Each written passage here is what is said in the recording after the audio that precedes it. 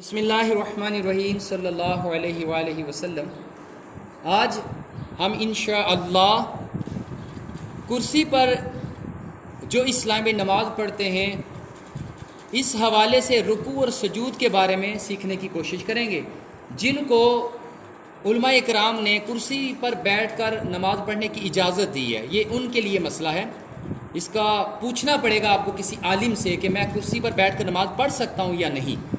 وہ باقاعدہ آپ پوچھیں گے، اس کے بعد پھر کرسی پر جو غلط طریقے ہیں سجدے کرنے کی اور رکوع کے، وہ سب سے پہلے بتائے جائیں گے۔ ایک غلط طریقہ یہ ہوتا ہے کہ جیسے یہ کرسی آپ کو دکھائی دے رہی ہے، یہ کرسی درست نہیں ہے۔ کوشش کریں کرسی وہ لیں جس کے آگے یہ سہارا نہ ہو، یہ لکڑی کا آپ کو تختہ نظر آ رہا ہے، یہ نہیں ہونا چاہیے، کیونکہ بعض لوگ اس کے اوپر سجدہ کرتے ہیں تو یہ سجدہ کرنا فائدہ نہیں ہے، اس کا، اس سجدے کا، اس انداز سے سجدے کرنے کا کوئی فائدہ نہیں، کیونکہ سجدہ اور رکوع اشارے سے کیے جاتے ہیں نماز کی حالت میں۔ اور دوسرا ایک طریقہ غلط یہ ہے کہ سجدے میں لوگ ہاتھ آگے نکال لیتے ہیں۔ پہلے آپ مجھے دوسرا پریکٹیکل کیجئے گا، جو تختی پر اس پہ سجدہ کرتے ہیں، یہ دیکھیں، یہ فالتو چیز ہے، یہ کرنے کی ضرورت نہیں ہے، یہ غلط طریقہ ہے۔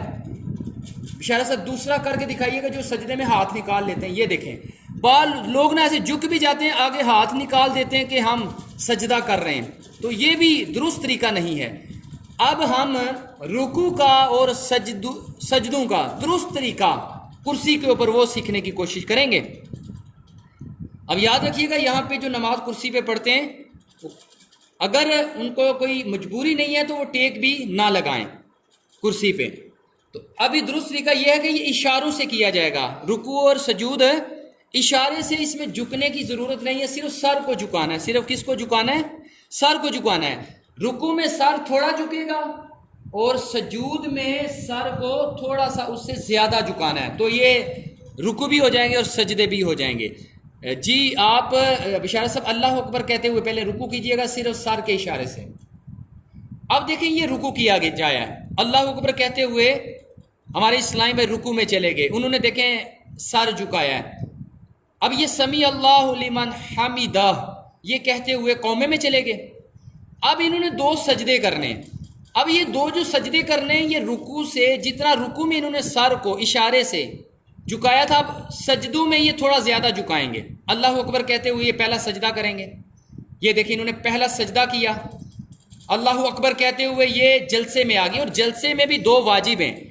بعض لوگ یہاں غلطی کرتے ہیں، دو سجدے جلسے میں وہ بیٹھتے نہیں، دو سجدے فوراً کر لیتے ہیں۔ اب دیکھیں یہ رکوع میں، سجدے میں رکوع سے زیادہ انہوں نے اپنے سر کو جھکایا، اشارے کے ساتھ انہوں نے سجدے دو کیے، اور یہ تسبیح 3 بار پڑھنی ہے، اور دوبارہ دوسری رکعت اسی طرح ہاتھ باندھ لینے ہیں۔ جی ہاتھ باندھ لیں، یہ دیکھیں یہ انداز تھا رکوع اور سجود کا۔ جو پہلے دو طریقے تھے وہ غلط طریقے تھے، وہ فالتو میں، یعنی وہ کرنے کی ضرورت نہیں، سجدہ زمین پر ہی ہوتا ہے۔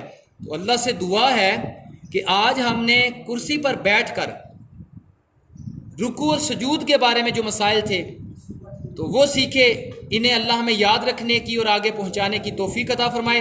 آمین بجاہ النبی الامین صلی اللہ علیہ وآلہ وسلم۔